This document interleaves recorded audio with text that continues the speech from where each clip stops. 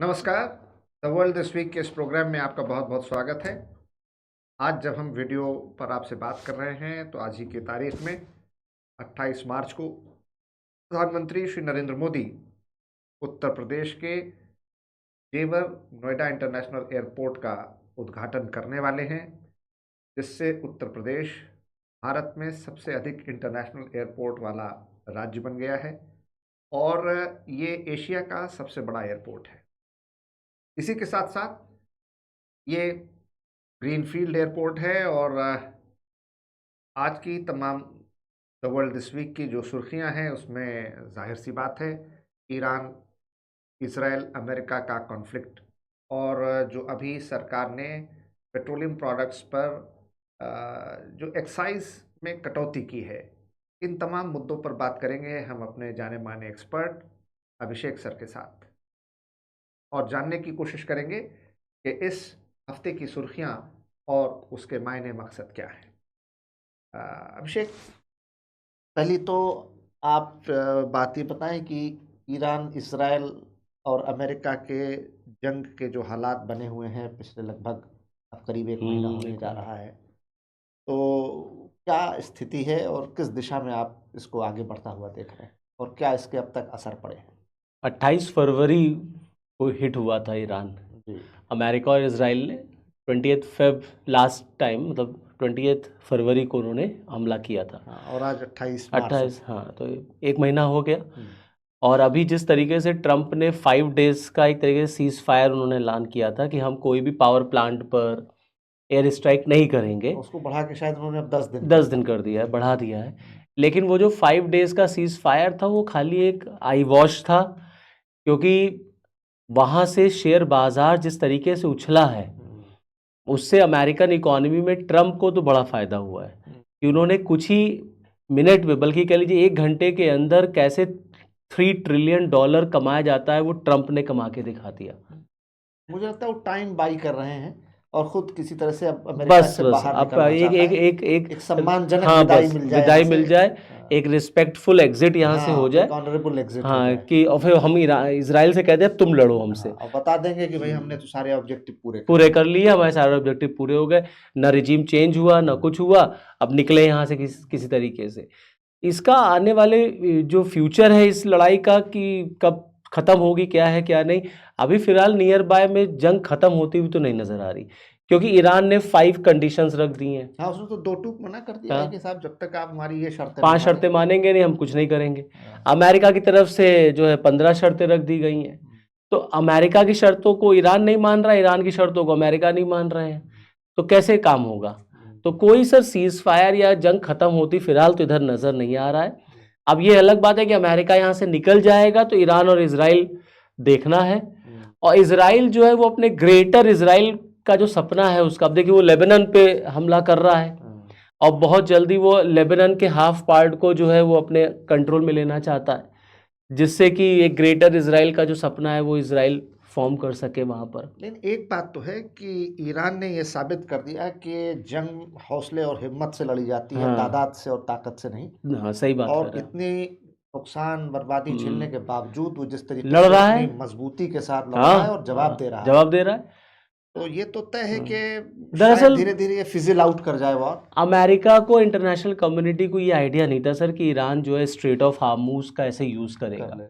उसने straight of Hormuz को block करके इंटरनेशनल कम्युनिटी में एक तरीके से बहुत ज़बरदस्त इम्पैक्ट डाला है। मुझे तो लगता है ये जो वॉर है ये अब तक की दुनिया के इतिहास की ऐसी लड़ाई है जिसमें technology, cyber space, strategy, military planning, हर लिहाज से इसने जो अब तक की लड़ाइयाँ थी उसके तौर तरीकों को पूरी तरह बदल चेंज कर दिया है। ये बात सही कह रहे हैं आप।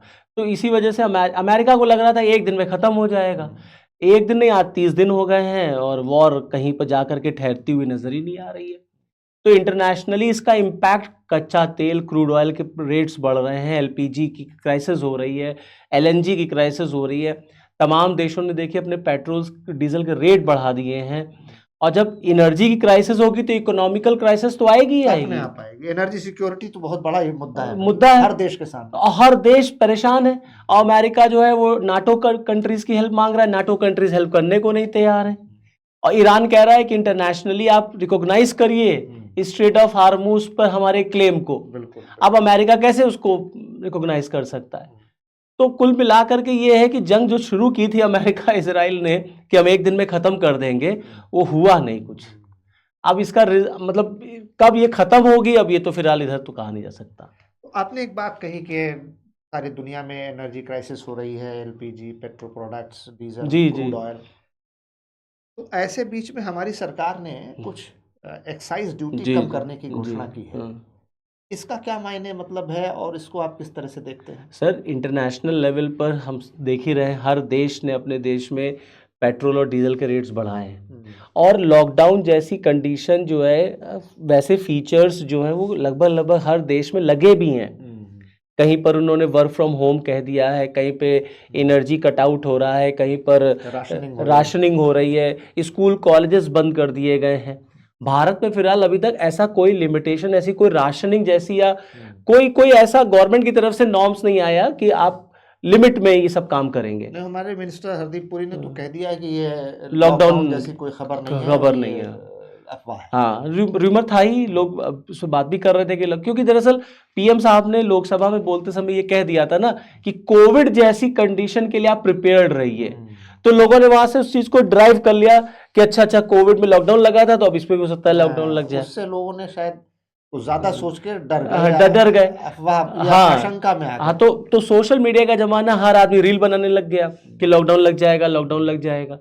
तो आप देखिए कि भारत में फिलहाल अभी तक पेट्रोल और डीजल के रेट्स नहीं बढ़ाए सरकार ने, बल्कि गवर्नमेंट ने एक्साइज ड्यूटी कम कर दी है। डीजल पे तो 0 कर दिया, और पेट्रोल पर जो 13 रुपए पर लीटर था उसको उन्होंने रिड्यूस करके 3 रुपए पर लीटर कर दिया है। तो एक्साइज ड्यूटी जो गवर्नमेंट ऑफ इंडिया लेती थी पेट्रोलियम कंपनीज से, उसमें रिडक्शन कर दिया गया है।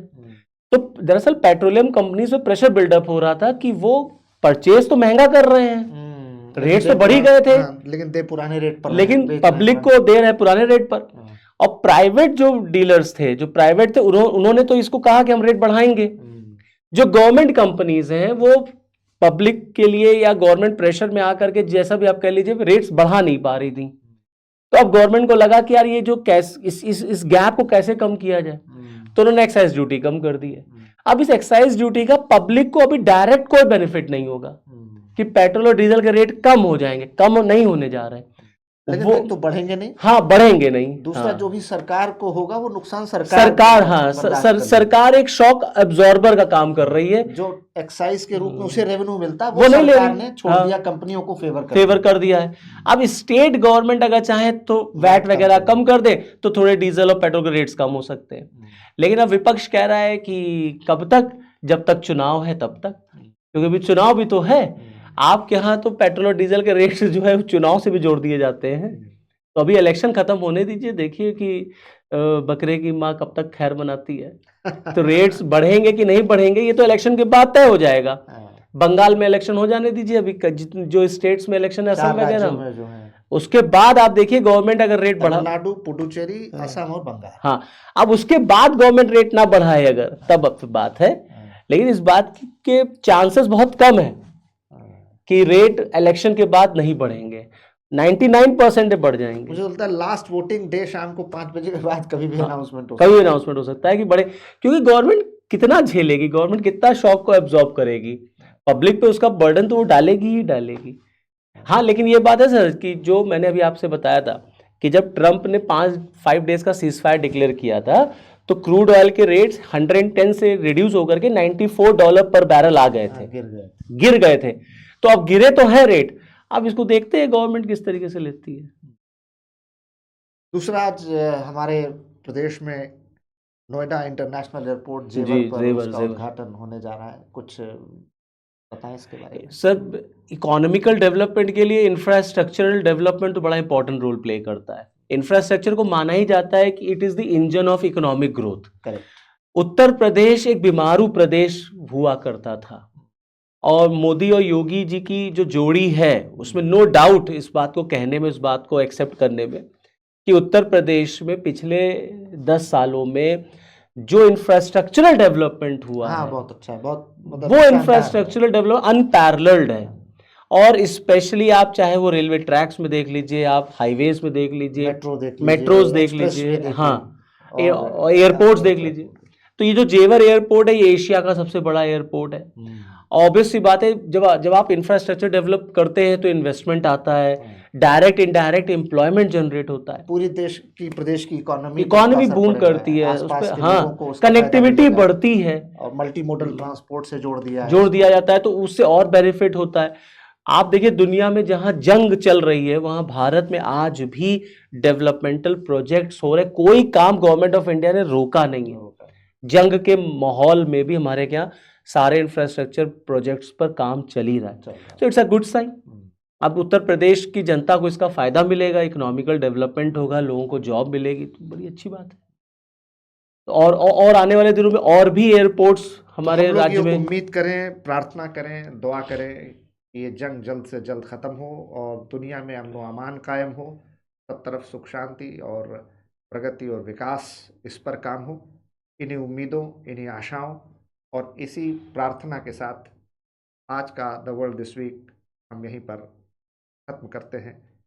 देखते रहिए, शेयर कीजिए, सब्सक्राइब कीजिए और लाइक तो ज़रूर कीजिए। बहुत बहुत धन्यवाद।